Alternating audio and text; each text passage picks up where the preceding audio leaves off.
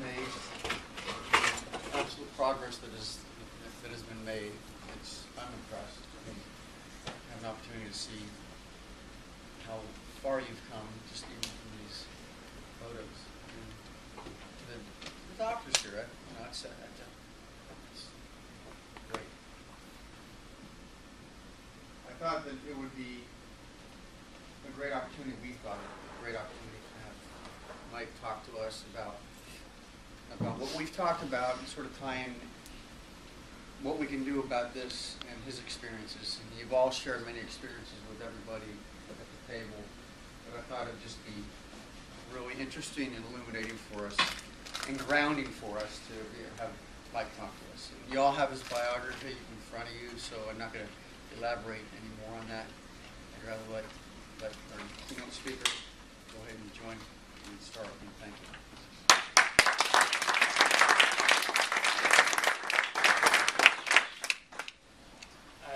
Again, I'm sorry, first class retired, Mike Schlitz. I think I'd just kind of, first off, give you a little bit of background on myself, a little bit different than what the bio is. Kind of tell you a little bit of how I got injured, and then kind of roll through the what I experienced at the hospital. All right. My background, came in the Army in '96. I've worked everything from being on a sniper team to a long-range surveillance six-man team to regular infantry and ranger instructor.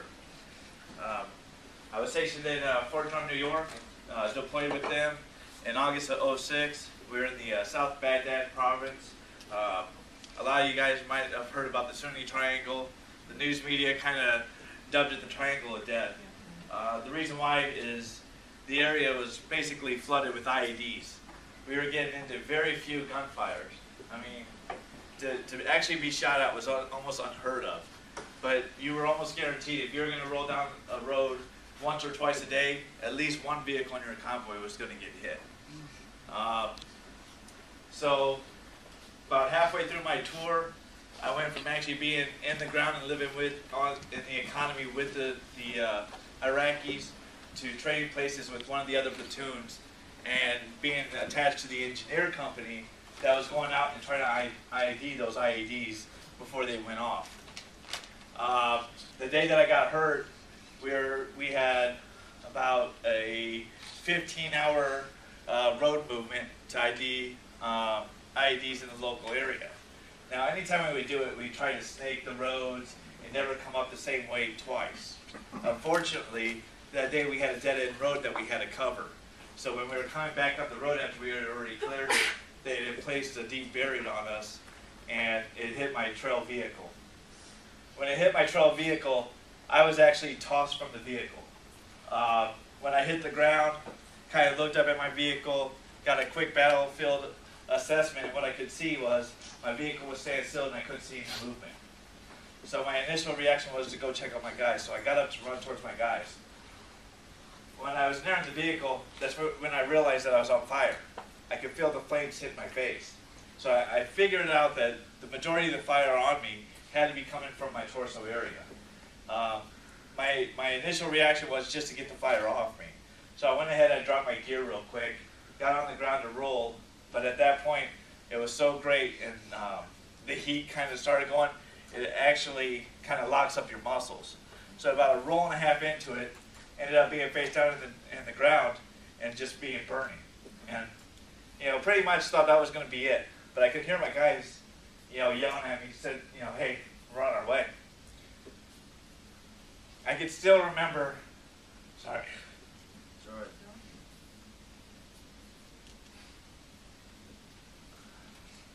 When they got to me and hit me with the fire extinguisher, it was probably the best feeling in the world.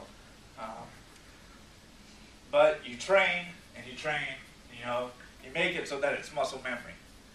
All I wanted to do at that point was make sure that the things that I was supposed to be doing were getting done.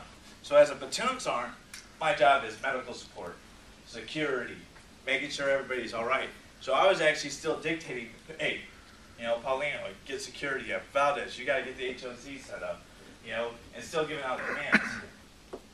Did that need to really be done? Not really. My guys were hopping and popping. They probably could complete the mission without me ever saying a word. but you know, that's just your instinct to keep pushing forward. One of my young E5s, one of my sergeants, who was probably, I'd probably say one of the worst soldiers I have ever had in my career. You know, early on in the deployment, we had given him the mission, go take the young privates and teach them how to go shoot the shotgun. Well, all of a sudden, these two privates come bursting into my tent. One's lip is split from his nose all the way down to his teeth, completely wide open. The other guy's missing his two front teeth. This young guy was trying to teach him the one-handed shotgun technique. You know, just really dumb decisions, you know? And of course I asked him, where do you get this? And he's like, oh, you know, my ranger buddy, you know, one of my old sergeants was a ranger, and he taught us that. I'm like, yeah, bullshit. No ranger I know does the one-handed shotgun technique. But he made stupid decisions like that constantly. But yet that day, he actually stepped up. And they were going to drag me off the road. Well, when you got burns like that, it's just like chicken. You know, when you cook chicken, you got the skin, it just scuffs off. That's basically what would have happened to me had they drug me off the road. And, you know, he actually stepped up. No, you guys got to get the spine board. You guys got to get them, you know, stable before you can drag them off. So I actually consider, you know, me being here today part of, you know, him stepping up and actually taking care of me. Just don't give him a shotgun. I'm kidding. But I remember laying on the, once they got the HLZ, the landing zone for the helicopters to come in on, got it set up. And of course, the first thing you always do is you kind of, hey, you know, reconsole the patient. You're going to be all right. And one of my young E5s was there, Valdez. He's like, Sergeant, you're going to be okay. I'm like, yeah, no crap, I got this. Don't worry about it. And he's over and over, you're going to be all right, you're going to be all right. I'm like, yeah, no shit, I fucking got this. And I'm like, so how far out's the bird? 10 minutes, Sergeant. And I remember talking and some things going on. I'm like, Valdez, I said, how long is that bird coming out? He's like, 10 minutes. I'm like, dude, you said that 10 minutes ago. You know, about that time, one of my young specialists had come up with the aid bag, and he was about to, you know, assess me. Throws the aid bag down to start doing assessment, and knees on me. Yeah, I'm like, dude, get off me, man. So being the young sapper that he was, you know, he comes over, touches me in my junk. A-okay. I pretty much knew at that point I was going to be all right. You know, the only thing going through your head is myself all right. Right about then, the bird was circling overhead. I could see it coming in. I got a small glimpse of my left hand, and basically because of the fire, I could see how bad it was. And basically, if you've ever taken fire to plastic and how it shrivels down, I had the Nomex gloves on, which is fire resistant, not fireproof. Right. So basically, it had melted down into my fingers and started kind of intertwined. And I knew it was bad, I just didn't know how bad it was. They got me up onto the helicopter, you know, flight medic, name, social. I don't think I even finished my social. They hit me with the good drugs, I was out. I had basically one memory from then. I don't know if it was in Balat and at the main hospital in Balat, or Launchstool, or Brooke Army Medical Center, but at one of the three places, I briefly have a memory of looking up, being on the gurney, being taken from a aircraft into a building with the doctors and stuff around me. I just don't know which place it was. And that's probably my last memory for about 4 months. I was so bad that they basically had to put me into a medically induced coma. Mom says that I was still talkative. People were coming to visit. So I was still exchanging conversations. I just don't remember it. When I did start having memories because of the drugs, the way I remember it isn't necessarily how it actually happened. Some of that good, some of it not so good. Saw leprechauns, saw kangaroos on tables, little people on my head, always wanting the helmet taken off my head. One of the things that the doctors always told my mom and my brother was, if you know, he's probably going to think he's still in Iraq. Make sure you bring him back to reality. Make sure he knows where he's at. Well, what did I do in Iraq? I used to send guys out on missions. I wrote the missions. So I'm like, okay, Mom, here's what you got to do. You got to go down the hallway, and I want you to go room to room and clear each room. And they'd be like, Michael, where are you? Hospital, San Antonio. All right, now, so as you're going down, so some good stuff. The bad part of that is not because you're still kind of in the combat frame of mind. You know, some of the drugs actually put you back in that situation. Because of the burns, they had to elevate your arms. So that, you know, if you don't elevate your arms, basically the scar pads get so bad you won't even be able to lift your arms up. So they had to put and tie my arms out like this. And then I had issues with my legs, so my legs were up in the slings too. My idea of that and my perception of that while in drugs was I was now capturing a POW. So with my training, you always, you know, because I got the chance to go to SEER, which is, you know, survival, escape, and evade, and so you got to escape. So constantly trying to escape that. And I actually figured out a way to get my legs out. I was working my arms. Mom would come in. I'd have my buddy up over the rail of the bed, and my arms would still be locked in. She came in one day, and the rails were down. And she's like, hey, Doc, you know, you need to put the rails up. You know, that's not going to, oh, no, he's fine. He's out. We just gave him a dose of medicine. He's going to be fine. You know, about a minute later, there they are, half the body out of the bed, half the body, you know, working that arm out, you know. So always about, always trying to escape, you know. So different perception. As far as the negative part of that is, I took a lot of ups and downs during the ICU phase. I was in ICU for 6 months. So there was a couple times where they almost lost me. They kept going to my mother saying, hey, time for you to go ahead and start planning this, you know.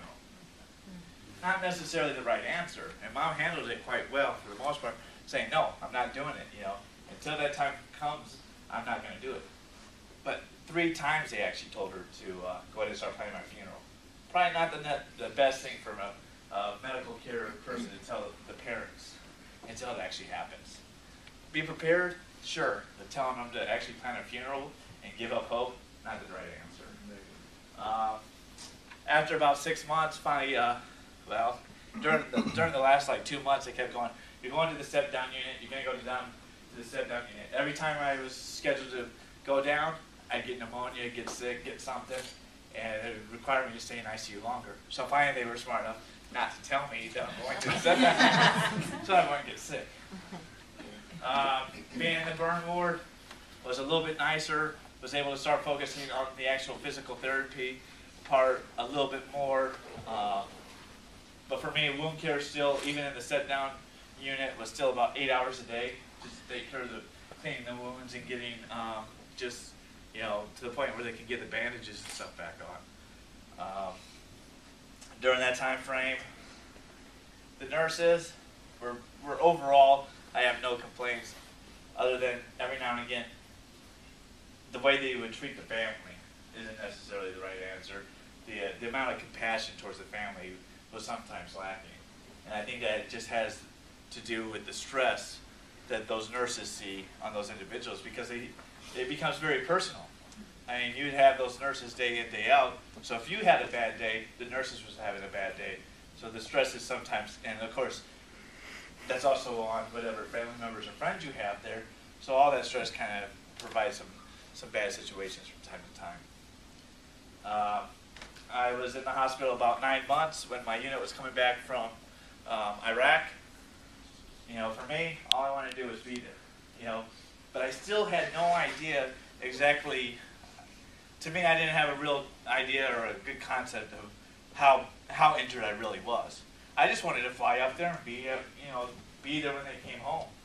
The problem was I didn't know I couldn't even fly commercially. So then a bunch of people came together to actually get me up to New York. 10th Mountain Division sent down a doctor and a nurse, Sentinels of Freedom and Veterans Airlift Command lined it up so I could fly privately in a gentleman's private jet from San Antonio all the way up to Fort Drum so I could attend.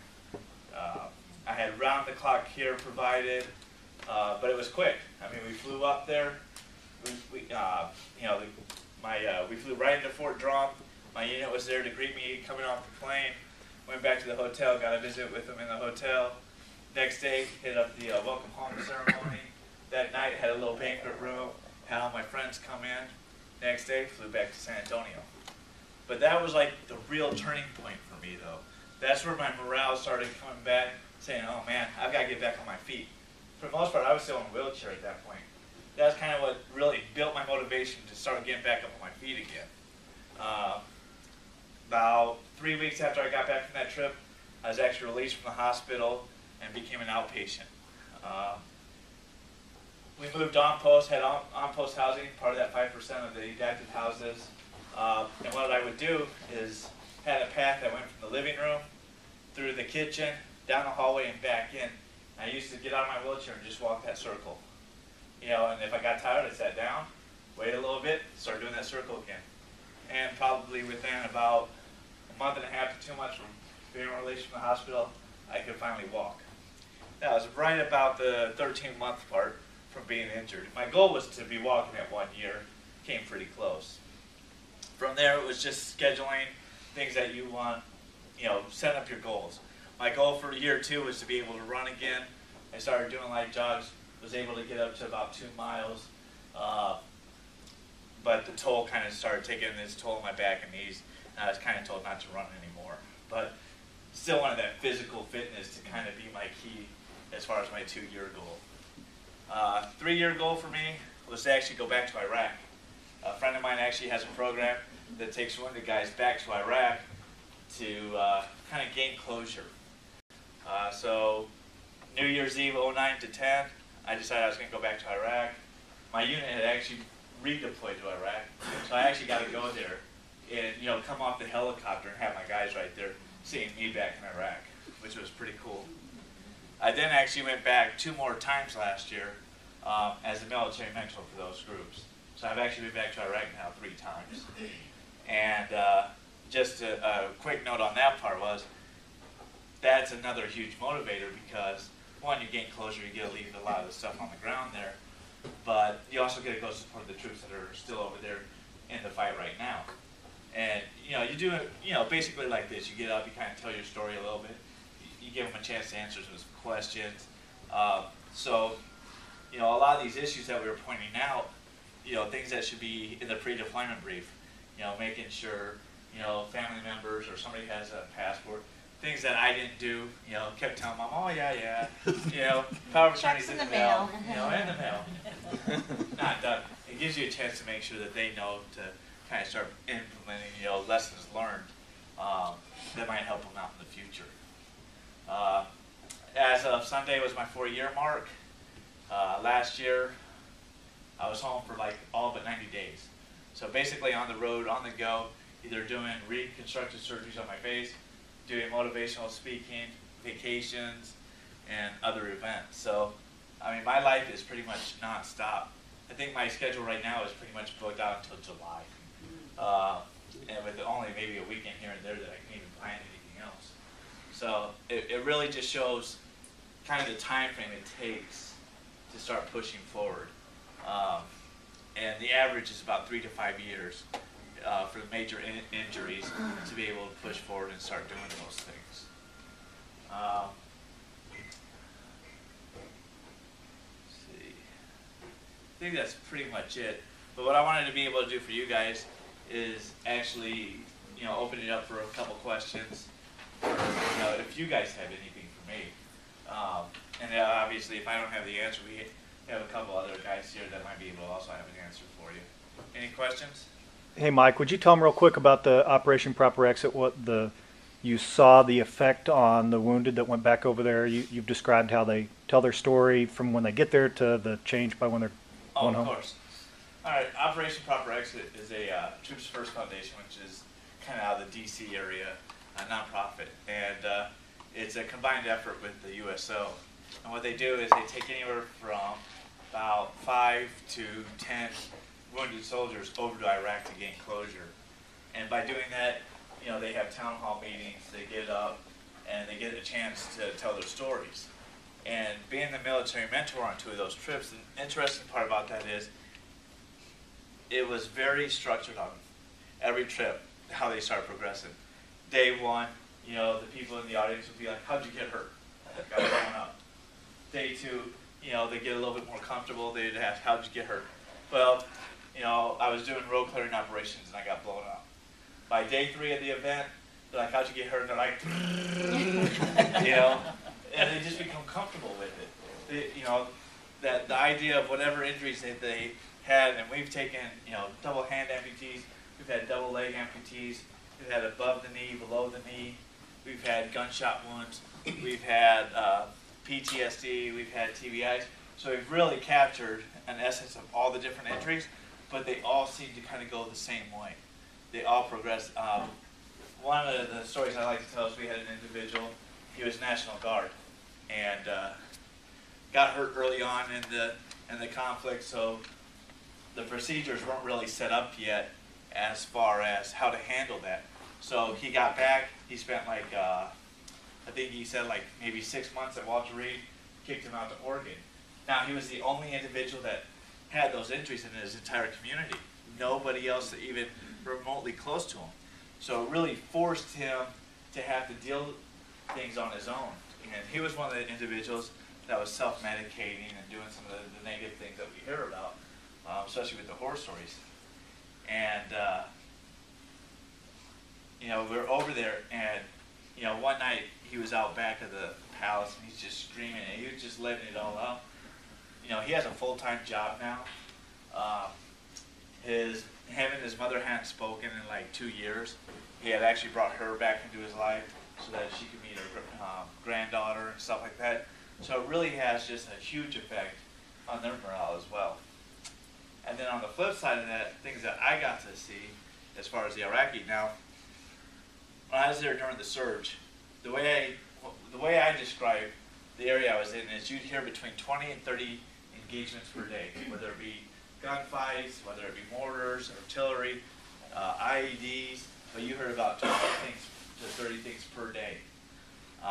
The first time I went back to Iraq, that 8 days boots on the ground, New Year's Eve, they launched a couple rockets in there just to let us know that they were there. That was the only thing I heard the entire time. Second time I went back, 8 days boots on the ground, heard 0 engagements the entire 8 days. Third time I went back, 1 day, I heard 1 engagement. There was a car with a couple of insurgents in the car with rifles. Gate guards took them out. That was it. So it really just shows you the level of progress we've made in Iraq. The Iraqi army in 06, 07 wouldn't even wear their gear. If you put them out at a checkpoint, they'd just wave cars through. Now you fly overhead in the helicopters, you look down, they got their gear on, they're checking vehicles. You know, communities, the Iraqi communities, nobody would be on the streets during that time frame. Now you go by the marketplaces, they're filled with people out shopping and doing things. So to me, that's what winning looks like. You know, people said that there isn't a defined line as far as what a win would look like, but honestly, that's what it looks like. That's what we wanted. The government stepped up. When they were right before last year's elections, they identified a couple issues that they thought was going to arise during the elections. They actually postponed the elections by 2 months so they could get those areas fixed. That had nothing to do with the U.S. The Iraqi government came to the U.S. saying, we need to do this. So there's progress being made. Let's see. The Iraqi Special Forces, I've actually got a couple chances to go out with those guys. Honestly, they kind of structured their stuff around us. If they weren't wearing their uniforms, you wouldn't be able to tell they're guys from our guys. They are that well trained. You know, they do a mountain environment demonstration where it's completely blacked out under night vision, and you pull their targets down, and their shotguns are all right where they're supposed to be. I mean, that is pretty impressive. It wouldn't have been that way, 5, 6 years ago. So, pretty interesting to see the progress made there. Now we just gotta hope that they can do it in Afghanistan. It's just a whole other animal. I'm going to go back. I did forget. I know a lot of you guys are wondering how these things work. I've been asked a few times. So I'm going to kind of explain them a little bit. But in order to do that, I got to have a demonstrator pose.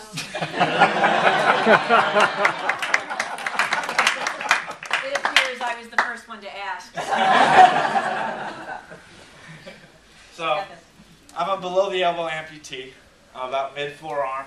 So wherever your arm ends, that's where the mechanical part starts. So you have your batteries, your motors, and the operational stuff. So basically everything from here forward is the mechanical part of the arm.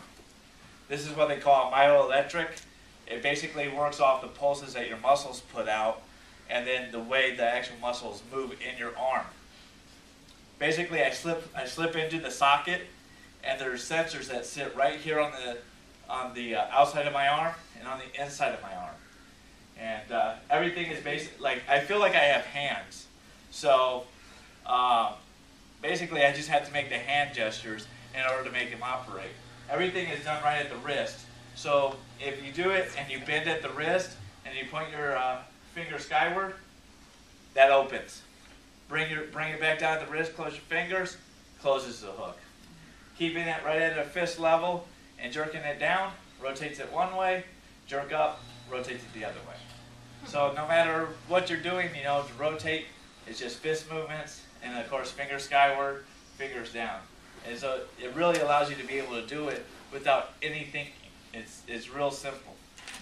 So, thank you. How long does it take you to learn how to use your I actually, there's a couple different phases. Before you get your prosthetics, what they do is they just kind of tape sensors to your arm to get an idea how much muscle movement you still have. And it's just, they set a laptop in front of you, and it monitors. They have you fire those muscles, and you can watch to see how much your muscles are firing. And it determines whether or not, what kind of prosthetic you're going to use. Obviously, some people have too much muscle damage, so they have what they call a body-powered prosthetic, which has the straps that kind of come up over the shoulder. So if you push your shoulder forward, it kind of opens up the hook, bring your shoulder back, and it closes the hook. So from that phase, you start going into the temporary prosthetics. Usually you have like a sleeve that you roll on, has a connector, so you kind of have to plug everything in by hand. And then from there, they have tests that you have to run through. They bail 30 days worth of tests. You know, everything from building the Jenga blocks up to taking clothespins off wires, cooking it at the kitchen at the Intrepid. They have a little apartment set up. They make you do the different things that you would do at home. And I was actually able to. They determined that my muscles were actually well tuned yet, so I was able to really operate it pretty quick. And I think I finished all 30 days worth of tests in about 3 days. So I was actually quite bored. I'm like, come on, you gotta give me something else. Explain the blinking lights, the flashes again. Yeah, my own little disco party. Basically, every time the muscles fire, the light basically indicates when the muscles are firing. So if you do it correctly, you can pretty much say it stays on. You got full signal. When you're seeing it flash, it means it's picking up muscle movement, but you might not be doing it correctly. So sometimes when you see my arms up like this and you see those lights going off, that could just be my natural fidgeting. That's me like tapping my chest and the lights coming on because I'm making muscle movement. It just doesn't mean I'm doing the right thing. When you can hear the rotators, when you hear that motor going off and you hear this a lot, that's just my natural fidgeting. That's, me just like do. Which is, great for you. You got that guy who taps his hand. Man, would he just quit tapping? Well, this is my tapping. I'm that guy who's tapping, all right? Just so you know, that's Michael Burchett when he's in Huntsville when we're listening to him. Any other questions? I do have a question. As far as your hands, were they so severely damaged that they had to be amputated, or did you have to make a decision? Based on, there's no way I could have made that decision, but basically what happened with the amputation is the hands were so damaged by the burns that initially when they decide to amputate, they take whatever is basically dead. So on my right arm, I was amputated right at the wrist. Basically the hand was garbage, they had to get rid of it, and so they figured out that the wrist was the best place to go ahead and amputate. On the left arm originally, I had a palm but no fingers, and I had HO, hypertrophic ossification in the wrist, which is like a calcium buildup in the joints, which adheres movement. So basically my palm was even locked out. I couldn't move at the wrist. Basically the doctor said that even if they went in, got rid of the joint damage, and got me movement, basically I could use it as a paddle. And I basically tell them to go after themselves and cut it off, because I wanted to be able to put a prosthetic on there and have function, because that's really what, as an amputee, that's the number one thing you need, is to be able to get back to regular function and get back to some kind of a normal life. So it was all about doing it as fast as I could. At the time that I decided to cut the palm off, on this arm I was still amputated at the wrist. And again, wherever your arm ends is where your mechanical stuff starts. So really the wrist was here, but when I would bring my arm up, the hook could be right over here, which really makes no sense. There's not much you could do with it. So when I had him cut the palm off, I actually had him hook up with my prosthesis guy, and they measured where would be the best place to put the hook. And when I had so much function and being able to do it, I actually went back and cut 4 inches off this arm so that they'd be even. Why did you choose the hooks, or is it your choice versus the new prosthetic hands and stuff they have? Okay, the what they call the iLimb, the robotic hand that you guys see a lot of guys using, though it looks cool, you know, and it's what I call the fancy hands, there's not a lot of function to it. The fingers and the thumb and everything on the hand actually move simultaneously. So, and that one actually has joints, so it'll ball all the way up into a fist. But you can't spread the fingers. There's no individual finger movement. So when I wear them, I can't take myself to the bathroom. You know, there's just a lot of the function stuff that I need, I can't do with the way it is right now. So typically, among the hand amputees, the guys who wear those iLimbs are the guys that have one good hand. So that they have another hand, so it kind of offsets the look, and you can almost not tell that they are an amputee. The double hand amputees will typically use what we call the ETDs, the hooks, because there's nothing that we can't do with these things. I mean, yeah, pretty much everything that you need to do with an everyday function can be done with these. So, any other questions? You have a lot to be thankful for, but I just wonder if you ever feel angry, and you know how you've learned to accept and deal with anger, because that can really eat you alive. Not so much the anger issue anymore. Everybody goes through phases. You go through being angry at the world, angry at yourself, angry at the war, and usually that typically leads into some kind of depression, wanting to give up on the world.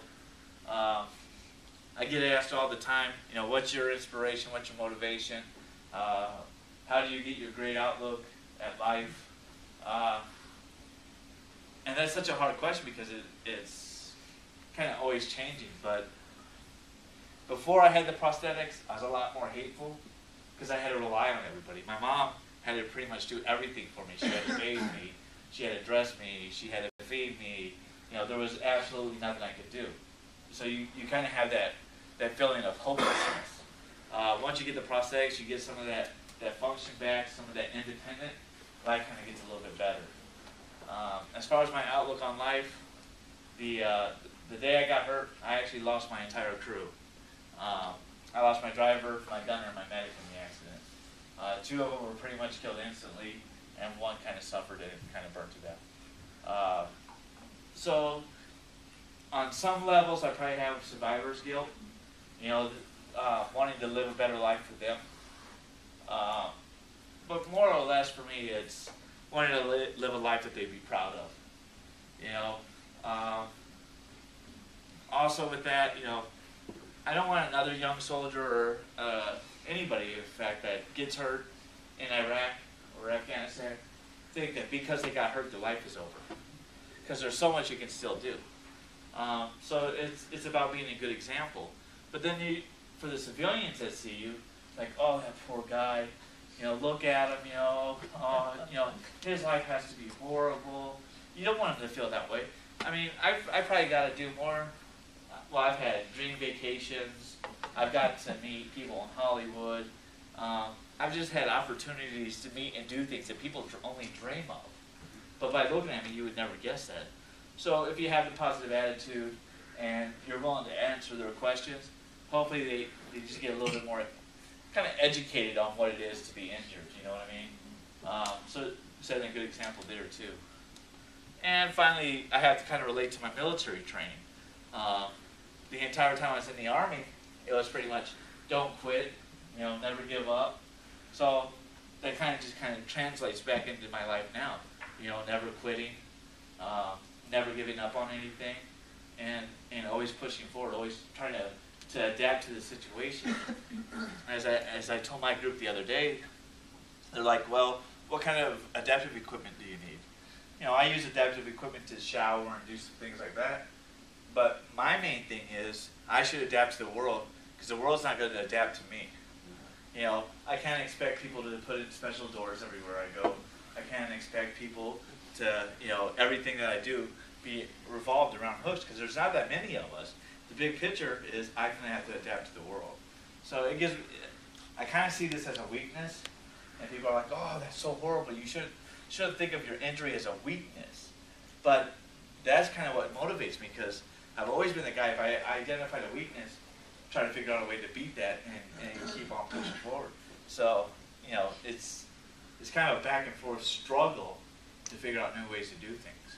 So you put all that in together, and it's a lot of good positive things to be able to push forward and kind of motivate me.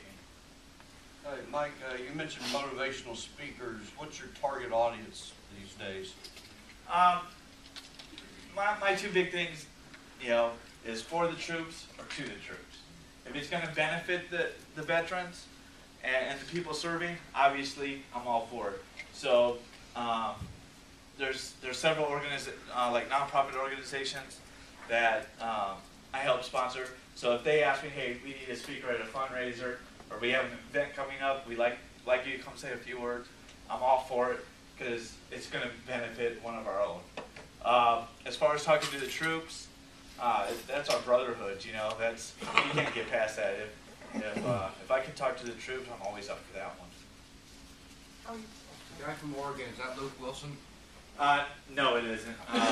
The individual from Oregon is William Congdon. He was a prior service Marine, got out, and then had joined the National Guard and had deployed back. No, the only reason I'm asking is he went on the same kind of flight, lost his leg below the knee. Is it the same thing that you described going back overseas? Right. How are you perceived by the troops that are in the war now and the injured come over? Does it scare some of them, or does it give them motivation when they see? Initially, people perceive like the injuries in war. You hear a lot about the amputees. Right. So to see somebody come in and have a below the knee or above the knee amputation, they're pretty used to that. Or even if they see one hook, they're pretty much used to that. But then you get a guy like me who comes in and I'm completely burnt up. You can see it in their faces; they're kind of taken back from it. Mm-hmm. But once you get up there and you start speaking and you start talking, and you throw in some humor in there, all that stuff goes right out the wall. There was a photograph, and I know I made a couple newspapers. It made the Army Knowledge Online website, and I was talking to some of the guys from the 82nd, and I was using some of the humor, and we had a few minutes at the very end, so I kind of did a little bit of stand-up at the very end, and they snapped a picture, and all the soldiers in the audience were basically falling out of their chairs. They happened to get that picture. Of course, what was okay to say to those guys isn't always talking about pedophiles and stuff. Hey, Mike, did they catch the guy that blew you up? Yes. And actually, the interesting thing about this is the guy who blew me up was disabled. He was in a wheelchair, so nobody ever paid any attention to him because he just kind of they would notice him, but they didn't view him as a threat. So it took them a while, but they finally tracked him and a couple others down at the house, and when they went in, they put up a fight. Everybody was killed. So he's no longer breathing any good air. So.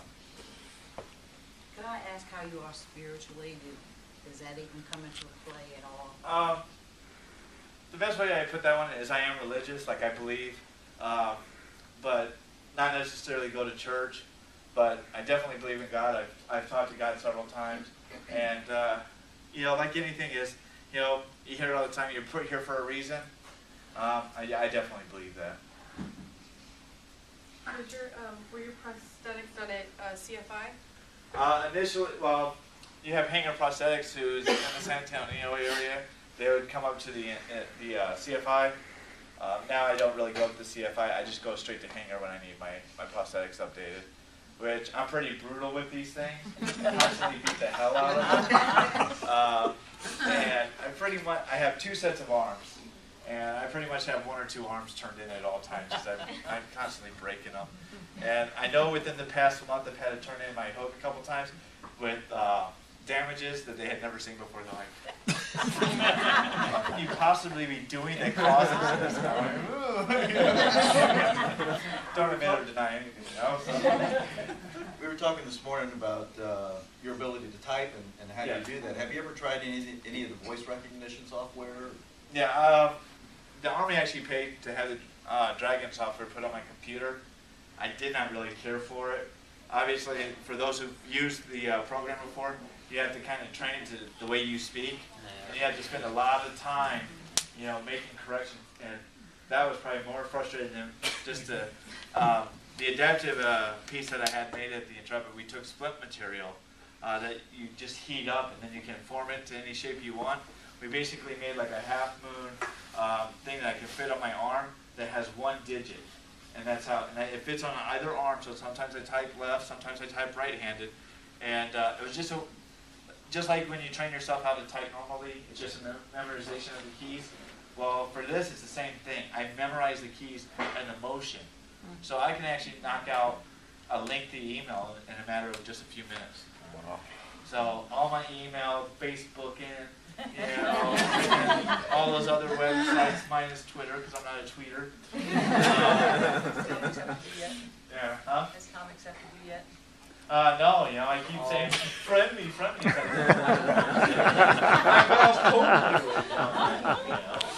So I'm like, I'll send you a, virtual beer, So. Mike, accept it.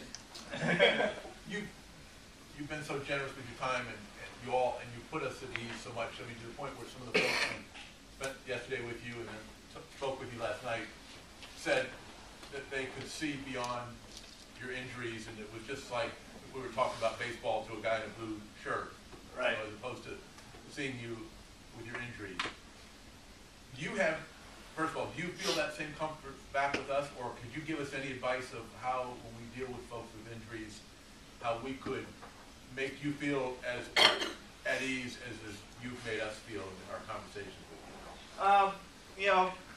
And if you, this kind of goes across the board, and we actually get that a lot as far as how to talk to people who are wounded, or how to just talk to them, and if you have a question, ask it, because usually they're more willing to answer your question than have you stare at them or have you.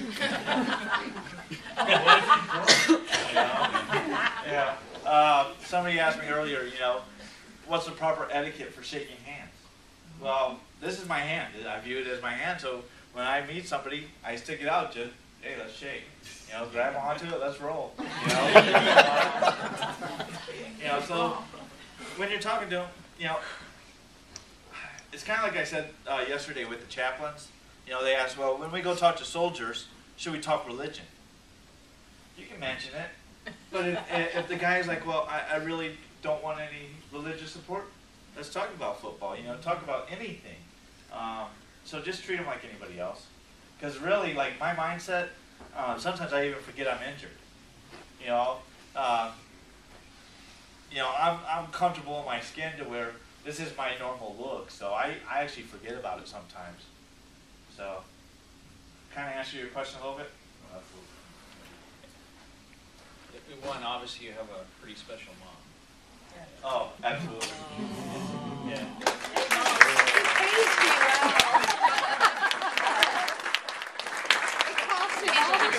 Yeah. Awesome for me to be quiet. Actually, we said it earlier where they had told me you should just give her my social security check. I wish. I'm actually thinking I need to pay her less. She drives a nicer car than me. Yeah. But I'm blind, so I don't drive. Well, so I do have a question. Do you get asked to speak or to? Occasionally, yes. The main focus is usually Michael in that. But, the whole thing is not to give up. When Michael spoke about them trying to prepare me to lose him, to let go of him, and this happened more than once. And my question back to him was, is he dying? Well, no. I said, then I don't have to go there. I said, as any mother would, and all of you as parents and grandparents know this. Back here, you know the reality of it. So, if I would have given into the reality, my kids would have gave up. Because, mom says this is bad. Well, so I had to be strong so that he could be strong, so his brother could be strong for him. And in the end, by us not giving up, here he stands. And, he can make fun of me all he wants. So do you mentor, is there a mentor program for caregivers? Or is there I haven't. I was involved for a while. But with Michael and with the traveling and the speaking and everything, we've gotten so busy, I'm not in one place long enough to mentor anyone. Well, was there someone for you, I guess, early on? Well, I was at the guest house for 10 months. And during that period, there was other family members at the guest house. And before they made it so you couldn't drink out there, we used to go out there and socialize in the middle of the night.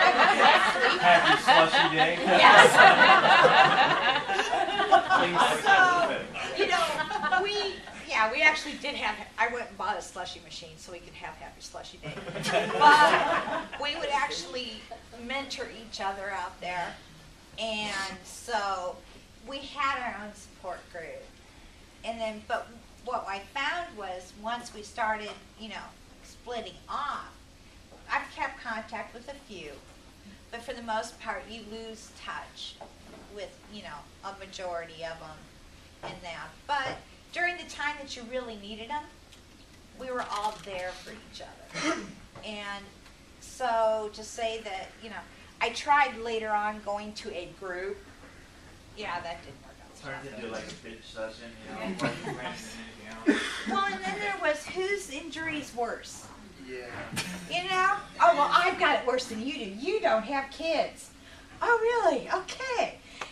Or, you don't know what I'm going through. And this one lady, and this was the last one I ever attended, and this is an honest to God truth. The lady looked at me, and she says, you don't understand what we're going through. And I said, well, what do you mean? Well, you're a mother, you're not a wife. And I said, I'm a female, and yeah, I probably do. Well, do you sleep with him? I said, no. Well, then how do you know? I said, well, I'm a widow. My husband died in 1996. I said, I know loss. Well, it's not the same. They get very catty. Yeah.